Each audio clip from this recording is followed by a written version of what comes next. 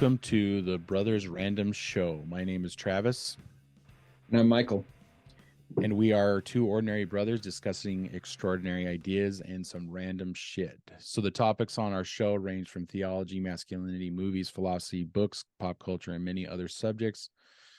We often talk about the people we admire and their teachings. Specifically, mostly Jordan Peterson, who is employed by the Daily Wire. And today is a special bonus episode. We are going to talk about the feud between Daily Wire and Steven Crowder. It's a sad day in I guess the podcast world, right, Michael? Conservatism. Yeah. So Daily Wire puts out an offer to Steven Crowder. And this was a few months back. Ben Shapiro put out a video where he put out the timeline. And I haven't, to be fair, I haven't really actually watched Steven Crowder's take on it. It sounds like he was pretty pissed off about the offer because they did an offer and he came back, said, I'm worth way more than that. Redo this offer me 30 million a year rather than 25. And maybe we'll talk then. And basically, Daily Wire, Jeremy Boring and Ben Shapiro kind of were like, okay, I don't know that we can afford that. We should probably just recant the offer. And I think after that is where Steven Crowder basically said, all right, well, I'm taking this. I'm going to make this public. And kind of, it seemed a little bit like he was pandering to his audience. Everybody does it. No fault. Just that he wanted to kind of get, I don't know, stir up the hornet's nest a little bit with this. And so he gets on, he puts out. He doesn't name them specifically in his video, but he does say a conservative website and has made me an offer. And they're like, he's leaving the Blaze. So he left the Blaze. He's been working for them for a while. He's a big personality, and it seems like he might be a little bit difficult to work with. This kind of shows that, I think. And maybe, it saddens me because he's a conservative pundit and Daily Wire is a conservative company. And it feels like this is something Jeremy at the quartering said. It feels like mom and dad fighting is what it feels like. It's like very much this bickering among the people that we admire. And I really hope that it stops. It just seems to be escalating at this point. Yeah, well, I mean, it kind of obviously it's going to escalate when he puts out, he talks bad about him, and then he puts out, they did this horrible thing. They said, oh, that they're sellouts to big tech, and yes. hearing their side on why they put in their offer that if he lost a bunch of his platforms and wasn't making revenue from a bunch of these platforms, big tech platforms, then they would have to not pay him as much. I mean, and both Jeremy and Ben Shapiro this should make sense, because if we lose money, then he should lose money, right? Yeah. And Crowder calls them sellouts to it, but they also are pointing to him saying, like, he does restrain himself on some of these platforms and tells him, hey, like, there's some things that I can't say here on YouTube, wherever the case may be. Come to my Louder with Crowder was it book no Mug Club. And then you can hear the stuff that I can't say here on this platform. And they're like, this makes sense because he understands there's certain things he can't say, he'll get kicked off. So bring people from this platform onto his own platform. Yeah. So he can say these things.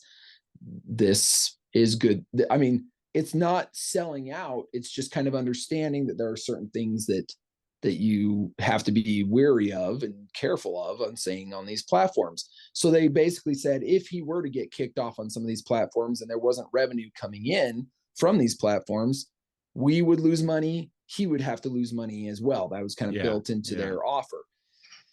It makes sense to me. It makes sense At the same time, I think I could possibly understand a little bit of Steven's position where he's just like, no, we gotta put the middle finger up to these big tech companies because he wants somebody to foot the bill for him to be like, have a cushion for him to be able to go do what he wants to do. And then he's not going to find that. I don't think he's going to find that on any like popular platform. And I think this really is a bigger issue with big tech, right? Mm-hmm. If big tech if big tech is going to be censoring conservative people, then that's the problem.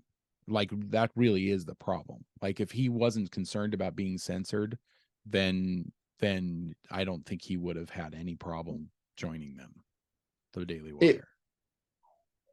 And it wouldn't have been, if it wasn't such a concern with the possibility of big tech censoring him, it wouldn't have been built into the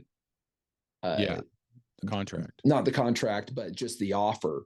Yeah. And it being in the offer would also mean that eventually, yes, when the contract was written up, it would actually probably be in the contract, because they do have to make money, right? They do need to put together something that's kind of a revenue stream, but also just a fail safe, so that if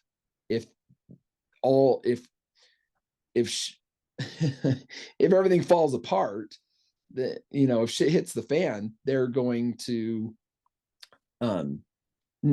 not have to keep paying him and break their business by being forced to keep paying him these large amounts of sums of money when he's not bringing in that revenue.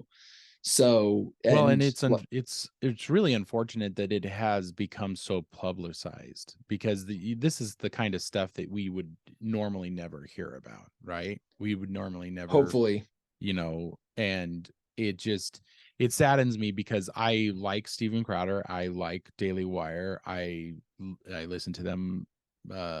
You know, I'm more partial to Daily Wire because of Jordan Peterson's content is all on there. And so we do a lot about Jordan Peterson's comment on this show, but it really does feel like bickering amongst friends. You know, you just don't want that happening, because we're all in this kind of same boat of trying to have a conservative voice in the miasma of really woke bullshit that's coming at us at all levels. And when you have kind of a crack in the chink of armor that might be keeping the woke, you know, at bay. Yeah. I hate seeing stuff like this, because it worries me about, like, bickering within conservatism. I hate it because it makes me worried that it makes me worried that the red wave won't happen when we need it to happen, right? Then they talked about, I refer to the red wave being that this last election cycle. People thought, or a lot of conservatives thought, that it was going to be a red wave, and it ended up not being a red wave. Being a red wave as in that conservatives would clean house, right? That they would come in and blow everything out of the water. We mostly, for the most part, conservatives did win, but we just barely scathed by. And it kind of made everybody worried that the next election, where we could have a problem on our hands because conservatives are eating their own. Yeah, they're basically eating their own. And that's and you see that happen on a woke front a lot of the time too. They'll start eating their own as well, but they seem to be more unified in battling against conservatives. Like that's the ultimate, we can unite in our hatred for what do you call it, the conservatives. conservatives, and that Republicans. That is unfortunate, because we need all the hands on deck, and this kind of bickering just makes me, like, it drives me crazy. So I don't know what it doesn't do any good for our movement, right? It doesn't do any good for us. I don't think so. I mean, it may do. I don't know.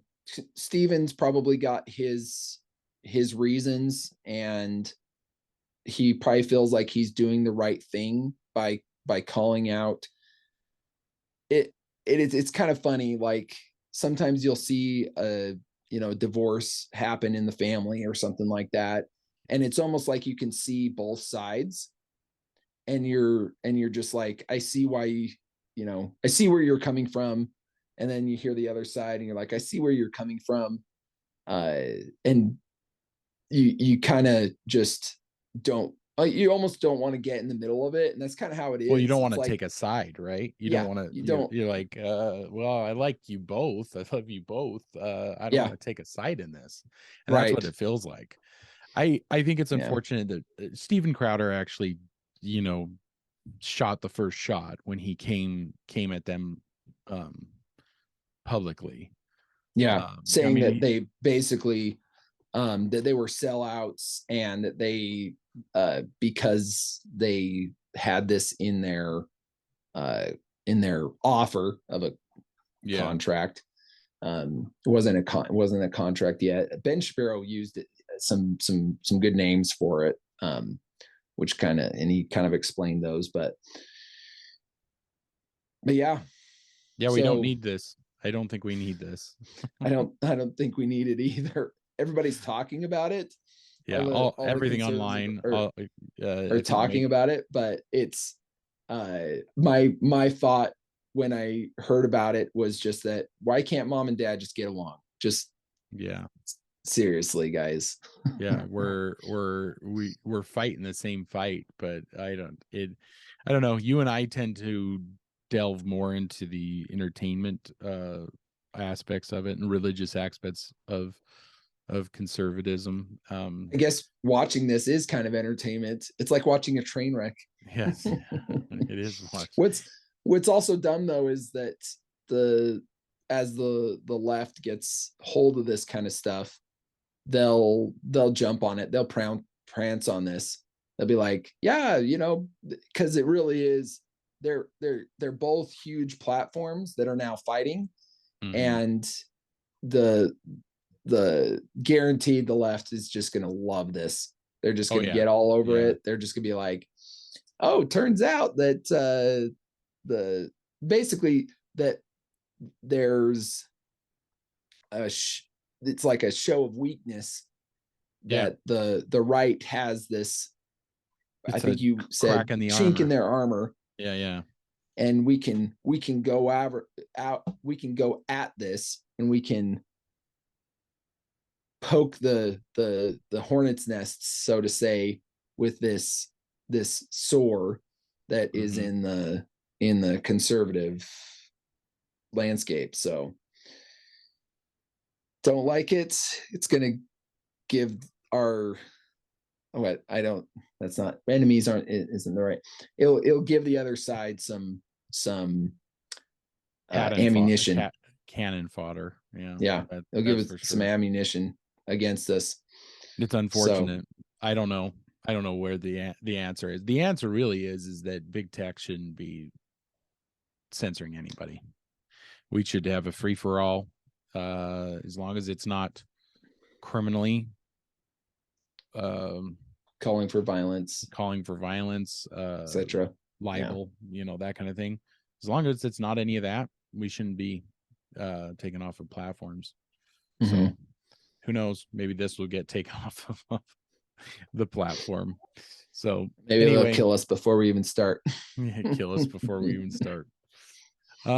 Yeah, so that's it. I think we've said our piece on that. It's this is just a bonus episode. It's just kind of our bonuses episodes will kind of be more current events.